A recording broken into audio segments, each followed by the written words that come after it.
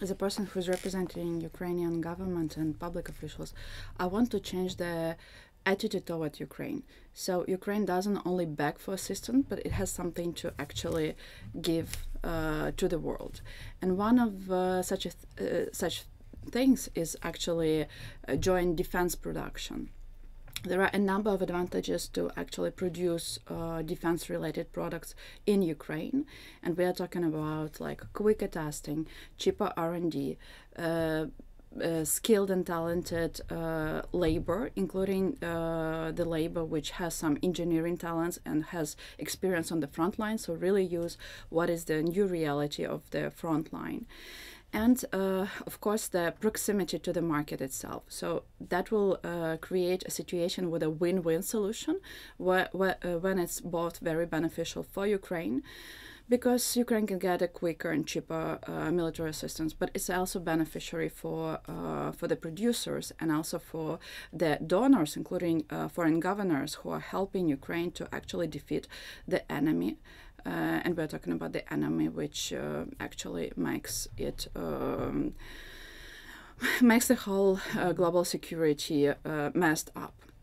So we are talking about win-win situation, about a number of advantages of production of weaponry and defense products in Ukraine, but there are some conditions that defense producers would actually like to see. And some of them are up to Ukraine to create or to provide, but some of them can be provided only by, for example, American government or by other Western countries. And we will talk, I'll share what are these concrete steps that American government can do in order to foster American production in Ukraine, make it better, make it more efficient, and make it more actually productive. The main constraint that keeps some of the producers away from producing in Ukraine are potential war risks. Although a number of people who actually who have some insurance business or related kind of activities, they say that the risk that something will hit, or like your production will be hit by a rocket in Ukraine, is lower. The risk is lower than to be hit by a car somewhere in the downtown of Washington.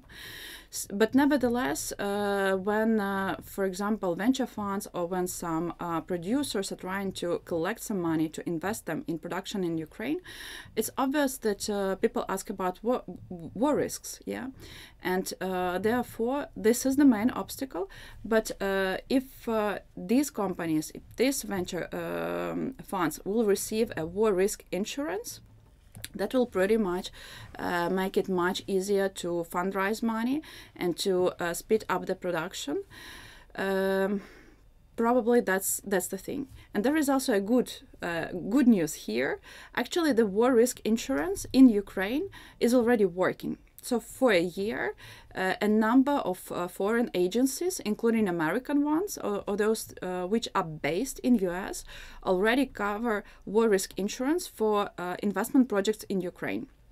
I'm talking about such agencies as DFC, and which is basically to some extent a governmental agency in US.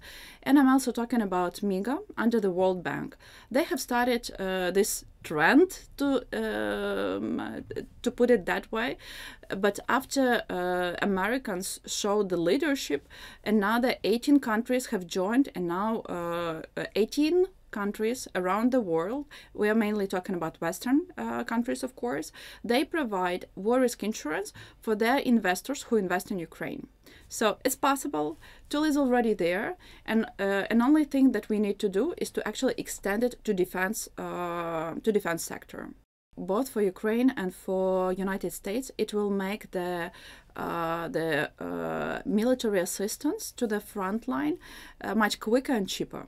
That's the main general benefits, and that will actually decrease the load on those who actually sponsor the military assistance to Ukraine. But if we actually look beyond that, there are a number of other benefits. Nowadays, a number of economies are driven by innovations by improvement of current technologies and stuff like that. And to tell the truth, nowadays Ukraine is the best place and the best time to actually jump in defense-related innovation.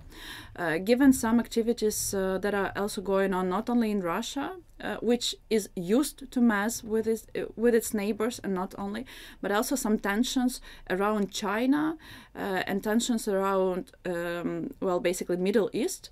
It's very important to make sure that Western countries have innovations and have new technology to protect themselves.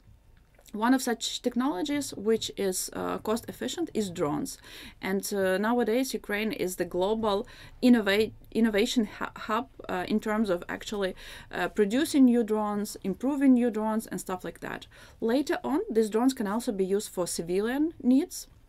To improve some productivity, for example, in logistic or agriculture sector or stuff like that.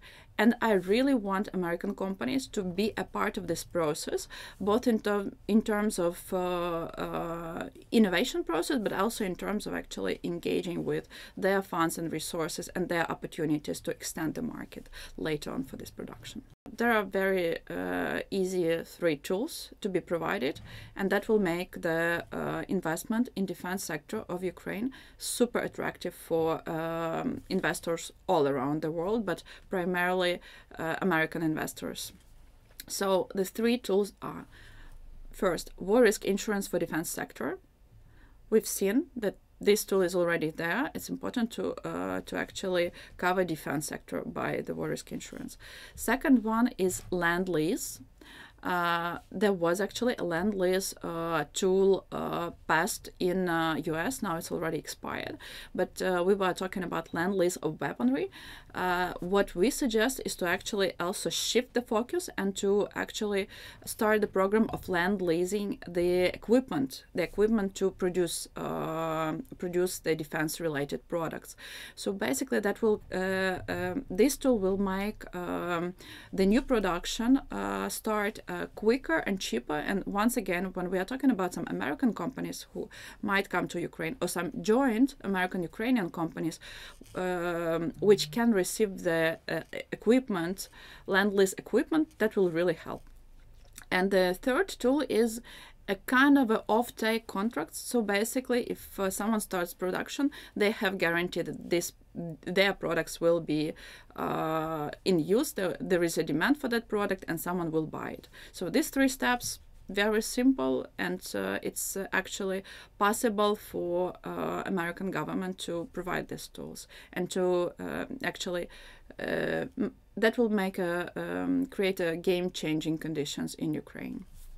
And send, by the way, a very important message to all the countries with authoritarian regimes which consider messing up with their neighbors or with other regions and putting the whole globe in a kind of a, I don't know, security mess. Although it's sad that it took so much time to actually consider, we hope that the bill and military assistance would be there last October, but well, that's the situation that we have.